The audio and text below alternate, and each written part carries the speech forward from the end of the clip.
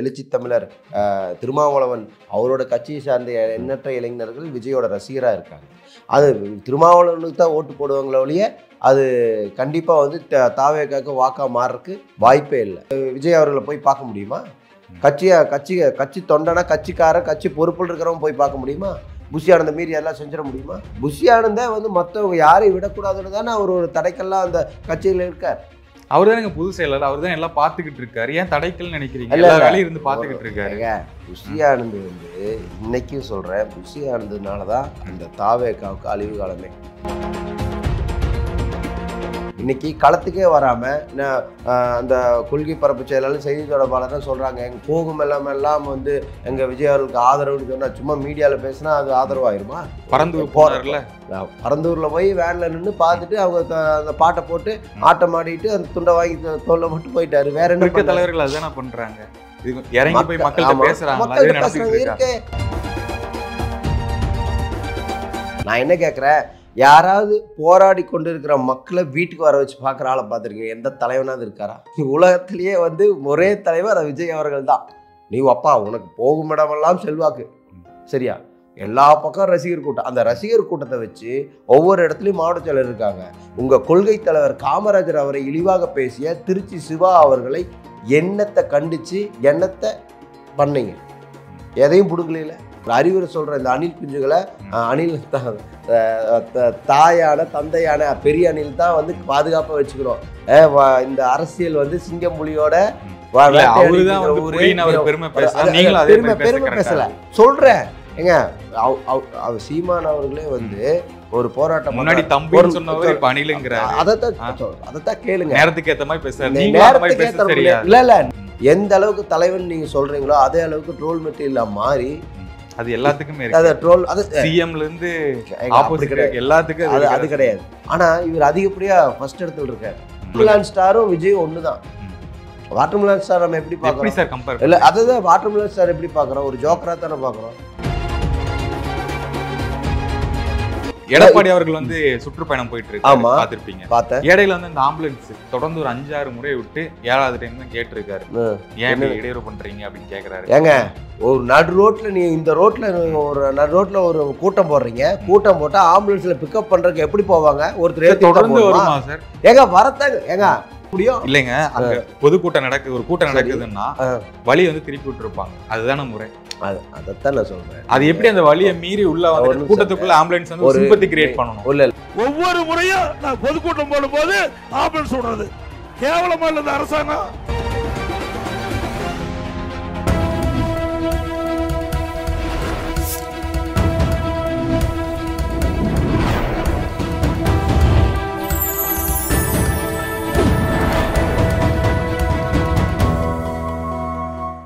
Channel 5 Tamil நேயர்களுக்கு வணக்கம். இன்றைய நேர்காணலில் நம்முடன் இணைந்திருப்பவர் சான்றோர் மக்கள் கழகத்தின் தலைவர் திரு சதா நாடார் அவர்கள். வணக்கம் சார். வணக்கம். நாளைக்கு விஜய் அவர்களின் மாநாடு நடக்க போகுது. ஆமாம். ஒரு எப்படி சொல்றது, லாஸ்ட் டைம் வந்து ஒரு 10 லட்சம் பேர் வந்தாங்க, இந்த டைம் வந்து 30 லட்சம் பேர் வரப்போறாங்கன்ட்டு மாநாடுக்கான ஏற்பாடு பண்ணிட்டு இருக்காங்க. நாங்கள் வந்து மாற்றம் இல்லை எழுச்சி அப்படிங்கிற மாதிரி வாசகம்லாம் சொல்லியிருந்தாங்க. இப்போ வந்து ரீசெண்டாக என்னன்னா எம்ஜிஆர் படங்கள், அண்ணா படங்கள், விஜயகாந்த் படங்கள் எல்லாத்தையுமே பயன்படுத்தி இருக்காரு. என்ன சொல்ல வராரு? இந்த மாநாடுக்கு உங்களுடைய பார்வை என்ன? இது கடந்த மாநாட்டிலே வந்து இந்த ஓட்டு அரசியலாக மாறுமானா கிடையாது. புதுசாக வந்த ஒரு அரசியல் தலைவராக இன்னைக்கு வந்து விஜய் அவர்கள் ஒரு கட்சி ஆரம்பிச்சிருக்காரு. அந்த கட்சி ஒரு நடிகனை வந்து எல்லாரும் பார்க்கறதுக்கு ஆர்வமாக வரத்தான் செய்வாங்க. இப்போ சென்னையில் போட்டிருந்தாங்க, விழுப்புரத்தில் போட்டிருந்தாங்க. விழுப்புரம் பகுதியில் இருக்கிறவங்க எழுச்சி தமிழர் திருமாவளவன் அவரோட கட்சியை சார்ந்த எண்ணற்ற இளைஞர்கள் விஜயோட ரசிகராக இருக்காங்க. அது திருமாவளவனுக்கு தான் ஓட்டு போடுவாங்களே ஒழிய அது கண்டிப்பாக வந்து தாவேக்காக்கு வாக்காக மாறுறதுக்கு வாய்ப்பே இல்லை. ரசிகராக போய் விஜய் அவர்களை பார்க்குறக்கு விழுப்புரம் சைட்லேருந்து, கடலூர் மாவட்டங்கள்லேருந்து, அண்ணன் வேல்முருகன் கட்சியிலிருந்து எண்ணற்ற இளைஞர்கள் அந்த தாவேக்காவோட விஜய்க்கு ரசிகராக இருந்திருக்காங்க. அந்த ஒரு காரணமே தவிர இது ஓட்டு அரசியலாக ஓட்டாக மாறுங்கிறதுல அது முட்டாள்தனம். அதுக்கான அரசியலில் அவர் இன்னும் வந்து நிறைய வளர வேண்டியது இருக்கு. இன்னும் இந்த மாநாட்டில் வந்து மிகப்பெரிய அளவில் கூட்டம் கூடும். மதுரை இல்லையா, மதுரை சைடுங்கும் போது உங்களுக்கு சிட்டி சைடு இது, அது மதுரைங்கும் போது கூட்டம் அதிகமாக வரத்தான் செய்யும். அந்த மாநாடு எப்படி நடக்குதுன்னு பார்க்கலாம், அது விஜய் எப்படி இருக்காருன்னு பார்க்கலாம், நேரடியாக பார்க்கலாங்கிறதுக்கு அந்த வாய்ப்புகள் இது வரைக்கும் கட்சி தொண்டனுக்கே கொடுக்கறது இல்லை. கட்சியோட மாவட்ட செயலாளருக்கே விஜய் அவர்கள் நேரடியாக பார்க்கறது கிடையாது. இது மாதிரி கூட்டங்களை தான் பார்த்துக்கிட்டா உண்டு. இல்லை செயற்குழு கூட்டம், பொதுக்குழு கூட்டம். தனிப்பட்ட முறையில் நான் விஜயை நான் போய் பார்க்கணுன்னா முடியாது. மாவட்ட செயலாளர் அவங்க கட்சியில் இருக்கிற மாவட்ட செயலாளர் போய் பார்க்க முடியாது. இல்லை பார்த்துட்டு இருக்காங்க. தனிப்பட்ட முறையில் யாருங்க போய் பார்க்குறா? இன்னைக்கு நீங்கள் ருசியானதை மீறி நீங்கள் ஏதாவது செய்யணும்னு நினச்சா வாய்ப்பே இல்லை. எந்த மாவட்ட சரி எத்தனை மாவட்ட செயலரோட மொபைல் நம்பர் விஜய்கிட்ட இருக்குன்னு நினைக்கிறீங்க? விஜயோட மொபைல் நம்பர் எத்தனை பேர் மாவட்ட செயலாளர் இருக்கும்? எம்எல்ஏ கேண்டிடேட் அவங்க எல்லாமே மாவட்ட செயலர் எல்லாமே எம்எல்ஏ கேண்டிடேட் தானே. அவங்களோட அவர் முதலமைச்சர் ஆகணும்னா 117 சீட் அவங்க பிடிக்கணும். அந்த 114 சீட்டு அவங்க வேட்பாளர். அப்படி வேட்பாளரோட மொபைல் நம்பர் எத்தனை பேர்த்தோடது விஜய்கிட்ட இருக்கு? விஜயோட மொபைல் நம்பர் யார்கிட்டயாவது இருக்குமா? வாய்ப்பே இல்லை. அப்படி இருக்கும்பொழுது எப்படிங்க இவர் வந்து மக்களை சந்திச்சு எல்லாத்துடைய மொபைல் நம்பர் அவர் வச்சுக்கணும்னு அவசியம் இல்லைல்ல. அவர் கீழே புஷி ஆனந்த் இருக்காரு, இன்னைக்கு திராவிட முன்னேற்ற கழகத்துக்கிட்ட இருக்கிற ஒரு முக்கியமான ஒரு பிளஸ் பாயிண்ட் என்னன்னு கேட்டீங்கன்னா, ஒரு கடைக்கோடி தொண்டனா இருந்தாலும் அவரோட பேரை ஞாபகத்தில் வச்சிருப்பாங்க. அது மாவட்ட செயலாளராக இருக்காங்கன்னா அந்த மாவட்ட செயலாளர் வந்து இன்னைக்கு திமுக இருக்கின்ற எண்ணற்ற மாவட்ட செயலாளர் எம்எல்ஏ எம்பியாக இருக்கிறாங்க. அது எந்த மாற்று கருத்தும் கிடையாது.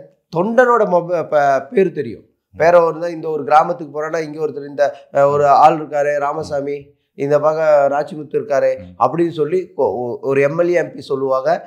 உதயநிதி ஸ்டாலின் இளைஞர் அணி செயலாளராக இருக்காரு, அவங்க கூட இருக்கிற இளைஞர்கள் யார் யாருங்கிற அடையாளம் சொல்லுவாங்க. நேரடியா பார்த்து பேசக்கூடிய அவரு நேரடியா நேர்காணல் வச்சுதான் எடுத்தேன்னு சொல்லியிருக்காரு. சரி மாவட்ட செயலாளர். சரி எப்படி அவருக்கு பேர் தெரியாம போறான்னு இல்ல நீங்க இப்ப அதைத்தான் நான் சொல்றேன். நேர்காணல் வந்து ஒரு அதுதான் பொதுக்கூட்டத்துல சந்திப்பா. இப்ப தனிப்பட்ட முறையில நான் போய் அண்ணன் உதயநிதி ஸ்டாலின் நான் பார்க்க முடியும்.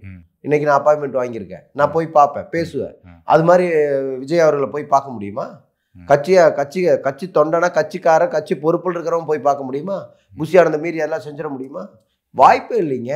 புஷி ஆனந்த வந்து மற்றவங்க யாரையும் விடக்கூடாதுன்னு தானே அவர் ஒரு தடைக்கெல்லாம் அந்த கட்சியில் இருக்கார். அவர் தான் புது செயலர், அவர் தான் எல்லாம் பார்த்துக்கிட்டு இருக்காரு. ஏன் தடைக்கல் நினைக்கிறீங்க? எல்லா வேலையும் இருந்து பார்த்துக்கிட்டு இருக்காரு.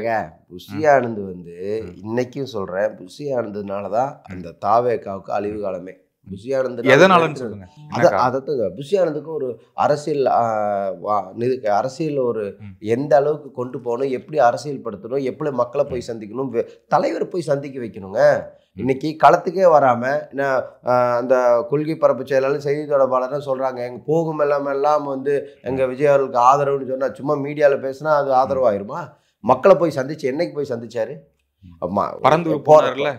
பரந்தூர்ல போய் வேன்ல நின்று பார்த்துட்டு அவங்க அந்த பாட்டை போட்டு ஆட்டம் ஆடிட்டு அந்த துண்டை வாங்கி தோல்ல போட்டு போயிட்டாரு. வேற என்ன தலைவர்கள் அதுதானே பண்றாங்க. இன்னைக்கு நேற்று வேல்முருகன் அவர்கள் எத்தனை மணி நேரம் பேசினாரு? இன்னைக்கே நேற்று வட இந்தியர்களுக்கு எதிராக ஓட்டு அரசியலில் இருக்கக்கூடாது வட இந்தியர்கள் தமிழகத்தில்னு சொல்லி நேற்று ஆர்ப்பாட்டம் பண்ணுறாங்க. ஒன்றிய அரசை கண்டிச்சு அந்த ஆர்ப்பாட்டத்தில் பல்லாயிரக்கணக்கான மக்கள் வர்றாங்க. அந்த மக்கள் முன்னாடி எவ்வளோ நேரம் அவர் பேசுகிறார்? அது மாதிரி பேச முடியுமா? ஒரு வெறும் 2 வருஷத்துல 3 நிமிஷம் பேசியிருக்காரு இந்த திராவிட முன்னேற்ற கழகத்தை எதிர்த்து பேசினவர். ஆனால் சமூக வலைத்தளங்கள்லையும் இந்த செய்தி தொடர்பாளராக இருக்கக்கூடிய ஊடகத்திலையும் போய் உட்காந்துட்டு என்ன பேசுறாங்க? ஊழல் ஆட்சி, நாங்கள் முழுக்க ஒரு எதிரினா அது திராவிட முன்னேற்ற கழகம். ஏங்க திமுக உன்னை மதிக்கவே இல்லை. திமுக விஜய் கட்சியை மதிக்கவே கிடையாது. தாவேக்கா ஒரு ஆளாவே மதிக்காத ஒரு கட்சி. அது லெட்டர் பேட் கட்சி. அது பழம்பெரும் கட்சி, எத்தனையோ முதல்வர்களை சந்திச்ச கட்சி. அவங்க கிட்ட போய் நான் போட்டின்னு சொல்லிட்டு ஊடகத்துல பேசிக்கிட்டு சரி அப்படியே எடுத்து வச்சுக்கோ, அது ஊழல் அரசாவே இருக்கட்டும். அந்த ஊழல் அரசை எதிர்த்து எத்தனை போராட்டங்கள் இந்த தாவேக்கா முன்னெடுத்தது இந்த தமிழகத்துல இந்த 2 வருஷத்துல. அந்த 2 வருஷத்துல எத்தனை தடவை திமுகவை கண்டித்து பத்திரிகையாளர் சந்திப்பு வச்சிருப்பார் விஜய்? சொல்லுங்க பார்ப்போம். கிடையாதுங்க. நான் ஒன்றும் இல்லை, வாரத்தில் 3 போராட்டத்தை சான்றோர் மக்கள் கழகம் சார்பாக நானே பண்ணுறேன். ஒரு சாதாரண இன்னைக்கு ஒரு கிராமப்புறத்தில் இருக்கிற இவரை பாரு ஒரு மிகப்பெரிய ரசிகர் கூட்டத்தை வச்சிருக்கால இல்லாத ஒரு உறுப்பினர்களை வச்சுக்கொண்டு ஒரு குறைந்தபட்ச உறுப்பினர்களை வச்சுக்கொண்டு போராட்டத்தை முன்னெடுக்கிறேன். அது மாதிரி நீங்கள் எதை பண்ணனீங்கன்னு கேட்குறேன். நீ இதுக்கு திமுகவோட போட்டி போட்டுட்டு நான் தான் திமுக, நானும் ரவுடி. பரந்தூர் இஷ்யூக்காக போனாரு. அண்ணா யூனிவர்சிட்டி மாணவர்களுக்காக வெளியே வந்து போராடி இருந்தாங்க. எல்லாமே போராடி இருந்தாரு. இவர் என்ன பண்ணார்? நான் என்ன கேட்கிறேன், யாராவது போராடி கொண்டு இருக்கிற மக்களை வீட்டுக்கு வர வச்சு பார்க்குற ஆளை பார்த்துருக்கீங்க? எந்த தலைவனாவது இருக்காரா? உலகத்திலேயே வந்து ஒரே தலைவர் விஜய் அவர்கள் தான்.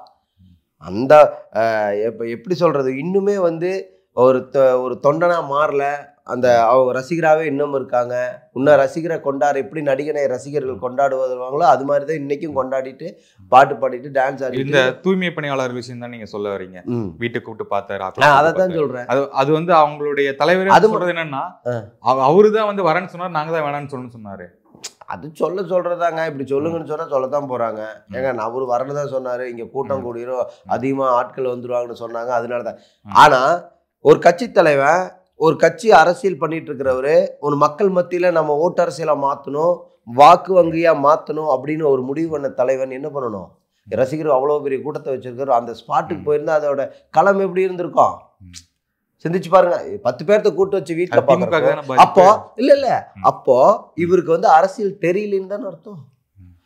ஒரு நானே ஒரு அவ்வளோ பெரிய நடிகனாக இருந்தால் நான் என்ன பண்ணுவேன், அங்கே இடத்த ஸ்தம்பிக்க வைக்கணும், இது மிகப்பெரிய அளவில் ஊடகத்தில் போய் சேரணும், நான் வந்து பார்த்ததையும் ஊடகத்தில் நான் பேசணும்னு தான் நான் நினைப்பேன். இது மக்களோட ஓட்டாக வாங்கும், மாறுமா மாறாதா? நீ நேரில் போய் பார்த்துருந்து அந்த மிகப்பெரிய ஒரு கூட்டம் தொண்டர்களோடு நீ போய் பார்த்துருந்தா அந்த இடம் என்ன ஆகும்? இந்த கவர்மெண்ட்டுக்கு மிகப்பெரிய ஒரு அச்சுறுத்தல் ஏற்படுத்துமா ஏற்படுத்தாதா? அப்படி பண்ணாம நீ வீட்டில் 10 பேர் வச்சு மாறுற, இதுல என்ன இருக்கு? நீ எப்படி எதுக்குற? திமுக எதுக்குறன்னு வாயில சொன்னா போதுமா? நீ எப்படி எந்த விதத்தில் இதுல போராட்டத்துக்கு ஒரு 11 மணி வரைக்கும் தான் அனுமதி கொடுத்தாங்க, அதுக்குள்ள நான் போராட்டத்தை முடிக்கணும்னு இந்த ராஜமோகன் சொல்றாரு. எத்தனையோ போராட்டங்கள் அனுமதியின்றி சாலை மறியல் செய்யப்படுகிறது. புரியுதுங்களா? ஒரு பத்திரிகை நம்ம ஒரு கடிதம் கொடுத்து போய் ஒரு போராட்டத்துக்கு, ஒரு முல்லை பெரியார் பிரச்சனையாக இருக்கட்டும், காவேரி பிரச்சனையாக இருக்கட்டும், ஒரு சாலை மறியல் பண்ண போகிறோன்னு நம்ம ஒரு கடிதத்தை கொண்டு போய் கொடுத்தா அதுக்கு தடை செய்யப்படும் பொழுது அந்த போராட்டம் நின்று போகுதா, நீத்து போகுதா? கிடையாது. மக்களை திரட்டிட்டு போய் தார் சாலையில் உட்காந்து போராட்டம் பண்ணி கைதாகி அரெஸ்ட் பண்ணி வைக்கிறாங்க. புரியுதுங்களா? அந்த மாதிரி போராட்டத்தை என்ன பண்ணாங்க? நீ அப்பா உனக்கு போகும் இடமெல்லாம் செல்வாக்கு, சரியா? எல்லா பக்கம் ரசிகர் கூட்டம். அந்த ரசிகர் கூட்டத்தை வச்சு ஒவ்வொரு இடத்துலையும் மாவட்ட செயலர் இருக்காங்க. உங்கள் கொள்கை தலைவர் காமராஜர் அவரை இழிவாக பேசிய திருச்சி சிவா அவர்களை என்னத்தை கண்டிச்சு என்னத்தை பண்ணீங்க? எதையும் பிடுங்கல. எதாவது பிடுங்குனீங்களா? கொள்கை தலைவர் காமராஜருக்கு ஒரு இழுக்கு வரும் பொழுது, அவருக்கு ஒரு பெயருக்கு களங்கம் வரும் பொழுது நீ எத்தனை மக்களை திரட்டி நீ போராட வேண்டாம்ப்பா. உன் மாவட்ட செயலர்கிட்ட தமிழகம் எங்கும் இருக்கின்ற மாவட்ட செயலர் தாவேக்க கண்டனத்துக்குரிய அறிவிக்கலாமே, ஒரு அறப்போராட்டத்தை பண்ணுங்கன்னு சொல்லியிருந்தா நான் ஏற்றிருந்திருப்பேன். ஓகே, ஒரு கொள்கை இப்படி போட, ஒரு கொள்கை தலைவருக்கு ஒரு வந்து ரொம்ப ஒரு ஸ்ட்ராட்டஜிஸ்ட் மாதிரி சொல்லிட்டு இருக்கீங்க, இதெல்லாம் பண்ணுங்க தாவேக்க அறிவுரை மாதிரி இருக்கு. ஆமாங்க, நான் எனக்கு இருக்கிற எக்ஸ்பீரியன்ஸ் அவங்களுக்கு இல்லையில, விஜய் கிடையாதுல்ல, எனக்கு எக்ஸ்பீரியன்ஸ் இருக்குங்க. நான் சொல்லுவேங்க, பட்டியலிடுவேங்க. நான் எத்தனையோ போராட்டங்களை முன்னெடுத்திருக்கேன், அதுக்காக கைதாயிருக்கிறேன். இந்த நேற்று கூட ஒரு புது கட்சி வந்திருக்க ஒரு அச்சம் இருக்கா? என்னங்க அச்சம்? ஒரு அறிவுரை சொல்ற இந்த அணில் குஞ்சுகளை, அணில் தாயான தந்தையான பெரிய அணில் தான் வந்து பாதுகாப்பா வச்சுக்கணும். டேய், இது சிங்கம் புலி வாழ்ற ஊரு, இந்த அரசியல் வந்து சிங்கம் புலியோட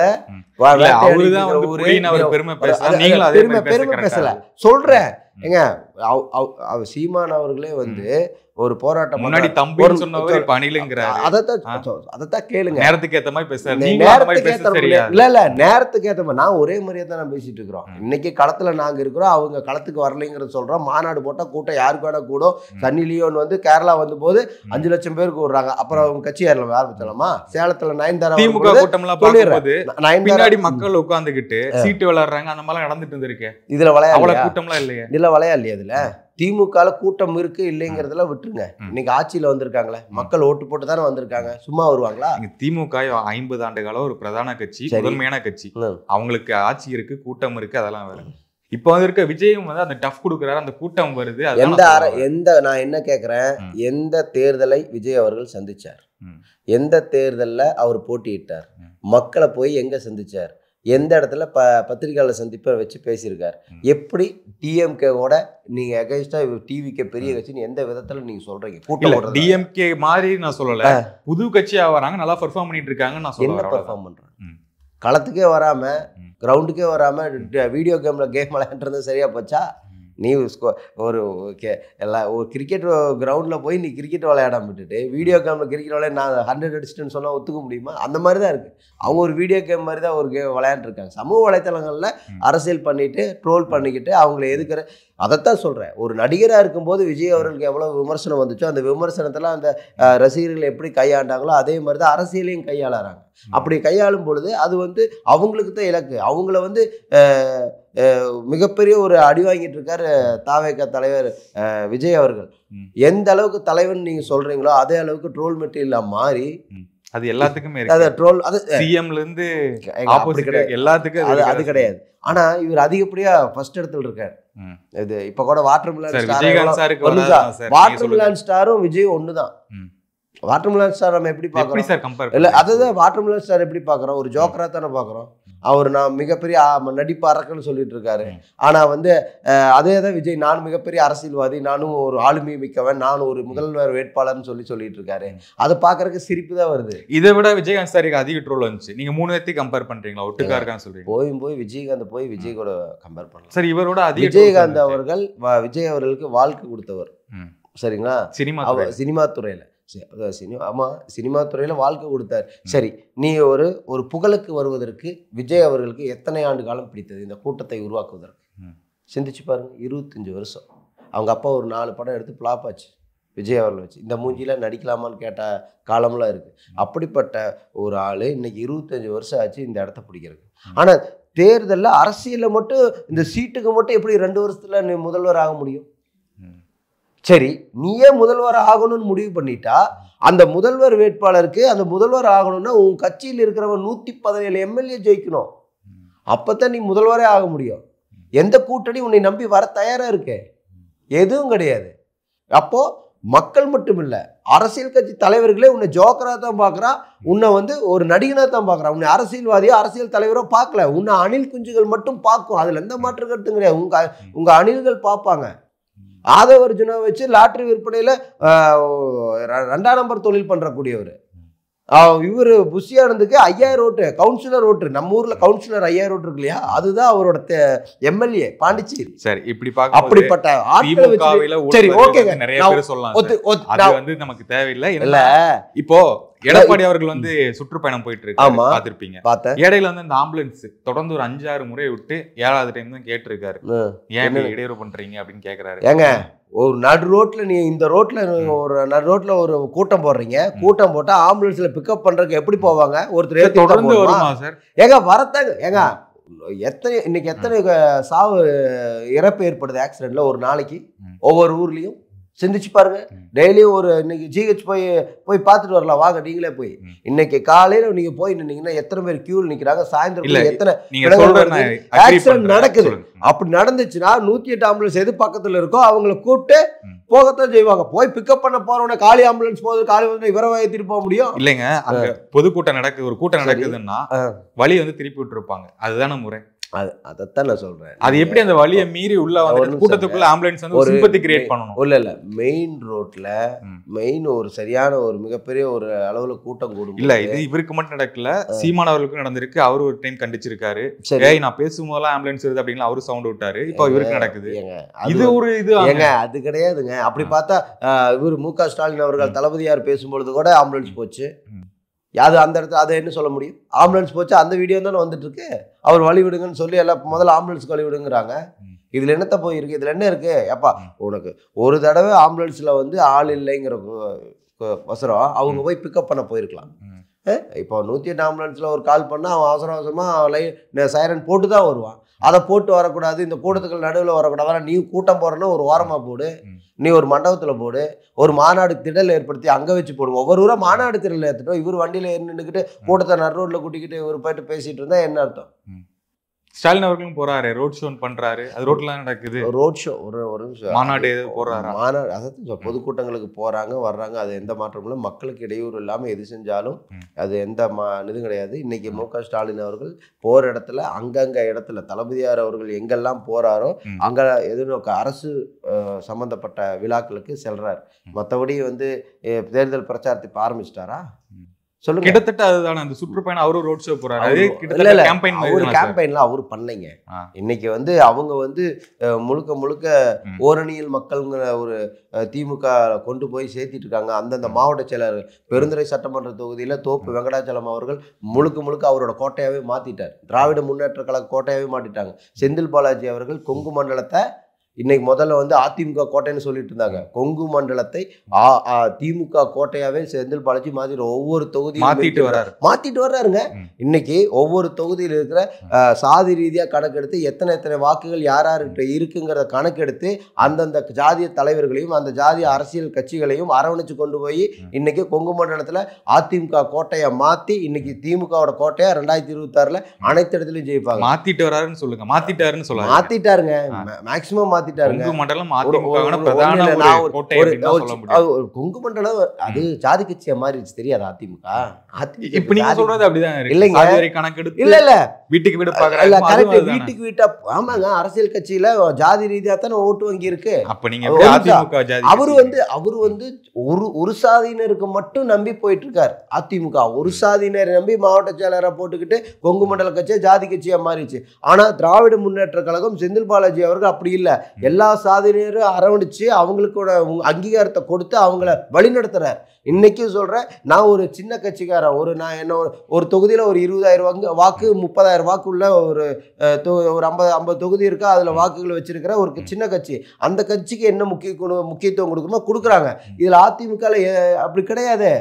நீங்க ஒரு சாதியினருக்கு மட்டும் முக்கியத்துவம் கொடுத்து அங்கீகாரத்தை கொடுத்து அவங்களுக்கு மட்டும் மாவட்ட செயலராக்கி எம்எல்ஏ ஆக்கிட்டு இருக்கிறீங்க. 2026 அப்படி நடக்காது. 234 தொகுதியில் 200 தொகுதிக்கு மேல் திராவிட முன்னேற்ற கழகம் அந்த கூட்டணி கண்டிப்பா வெற்றி பெறும். இன்னைக்கு நீங்க சிந்திச்சு பார்க்கணும். திராவிட முன்னேற்ற கழகத்தோட கூட்டணி ஏதாவது பிரிஞ்சிருக்கா? கிடையாது. உள்ள ஒரு சலசலப்பு ஒரு திருமாவளவர்களே வந்து அடிக்கடி இந்த மது ஒழிப்பு மாநாடு அது இதுன்னு போட்டு தானே இருக்காரு. போடட்டும். நீங்க இல்லன்னு சொல்லாதீங்க. கூட்டணி இல்லைன்னு சொன்னாரா? கூட்டணி இல்லைன்னு சொன்னாரா? இல்ல அதுக்கு தான் நான் என்ன கேட்கிறேன், அதிமுக இருந்த கூட்டணி பிஜேபியில இருந்து பிஜேபி பாமக எல்லா கூட்டணியில இருந்து ஒரு முரண் இருந்துட்டு தான் இருக்கு இப்போ வரைக்கும். திமுக கிடையாது. அதிமுக என்ன கூட்டணி ஆச்சுன்னு பாஜக சொல்லுது. இவர் தனிப்பெருமையாண்மையோட அதிமுகவோட எடப்பாடி பழனிசாமி தலைமையிலான கூட்டணின்னு சொல்றாரு. அதுலயே மிகப்பெரிய முரண் இருக்குல்ல. உங்களுக்கு பாமக வெளியே இருக்கு, அவங்க வர்றாங்களா சேர்ந்துப்பாங்களான்னு தெரியல. தேமுதிகவோட நிலைப்பாடு என்னன்னு தெரியல. இவங்களாம் எந்த கூட்டணியில் இருந்தாங்க? அதிமுக கூட்டணியில் தான் இருந்தாங்க. என்னாச்சு? அதே மாதிரி அதிமுக இருக்கிற முக்கிய நிர்வாகிகளை திராவிட முன்னேற்ற கழகத்துக்கு வந்துட்டு இருக்காங்கல்ல.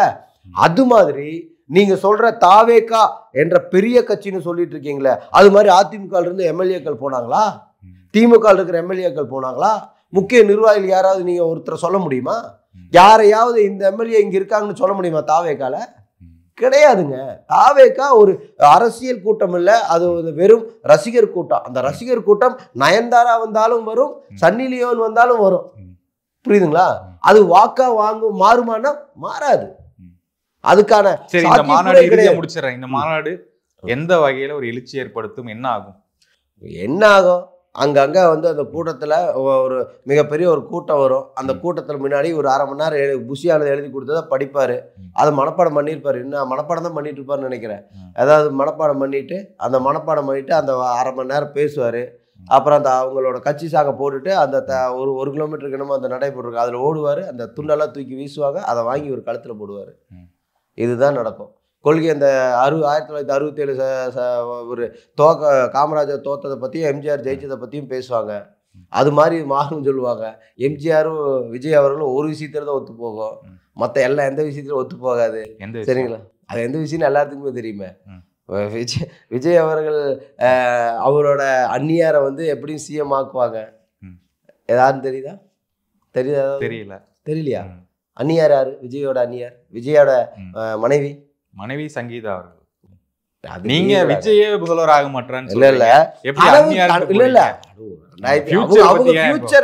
அவங்க பண்றது அவங்களோட நிலைப்பாட சொல்ற கனவு முதலமைச்சர் தான் இப்போ அவர். கனவு முதல்வர் கனவு முதல்வர், அடுத்த கனவு முதல்வர் சிஎம் திரிஷா அவர்கள் ஆவாங்க. அந்த விஷயத்துல தான் எம்ஜிஆரோட ஒத்து போவாங்க. மற்ற எந்த விஷயத்துலையும் ஏழைகளுக்கு நல்லது செய்கிறதுலையோ, படங்களில் ஏழைகளுக்கு நல்லது செய்கிற விஷயம் மாதிரி காட்டுறதுலையோ, கொள்கையை காட்டுறதுலையோ விஜய் அவர்கள் காட்டல. எம்ஜிஆர் செய்யலையா? என்ன செஞ்சாருங்க, இல்லைன்னு சொல்லல. சத்துணவு கொண்டு வந்தாருன்னு நீங்கள் சொல்லுவீங்க. அது முதல்ல சத்துணவு கொண்டு வந்தது காமராஜர் ஐயா. எந்த திட்டமே புதிதாக எந்த திட்டத்தையும் கொண்டு வரல. காமராஜர் ஐயா போட்ட திட்டங்களை திருப்பி இவங்க கொண்டு வந்துட்டு இருக்காங்க. அவ்வளோதான், புதுப்பிக்கிற மாதிரி பண்ணிட்டு இருக்காங்க.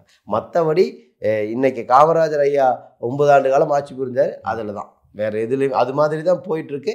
தாவேகா அந்த மாநாடு வெறும் வெட்டு கூட்டம், அந்த கூட்டம் அது வெறும் ரசிகர்கள் கூட்டம். அந்த கூட்டத்தில் ஏதாவது சான்றோர் மக்கள் கழகம் சார்பாக ஒரு கோரிக்கையை வைக்கிறவங்க ஊடகத்தில் என்னன்னா, இன்னைக்கு முதல் மாநாட்டில் 5 பேர் இறந்தாங்க. அந்த 5 பேர்த்துக்கு எந்த நிதியும் கொடுக்கல, போய் கூட இவர் பார்க்கல, எந்த ஒரு ஆறுதலையும் தெரிவிக்கல கட்சி சார்ந்து. அதே சமயத்தில் இந்த மாநாட்டில் அந்த உயிரிழப்புகள் எதுவும் ஏற்படக்கூடாது, அசம்பாவிதம் எதுவும் நடக்கக்கூடாது, இந்த மக்கள் பாதுகாப்பாக அவர் வீடு போய் சேரணும் அப்படிங்கிறது எங்களோட கோரிக்கை. உங்கள் நேரத்துக்கும் நேர்காணலுக்கு மிக்க நன்றி. வணக்கம். வணக்கம்.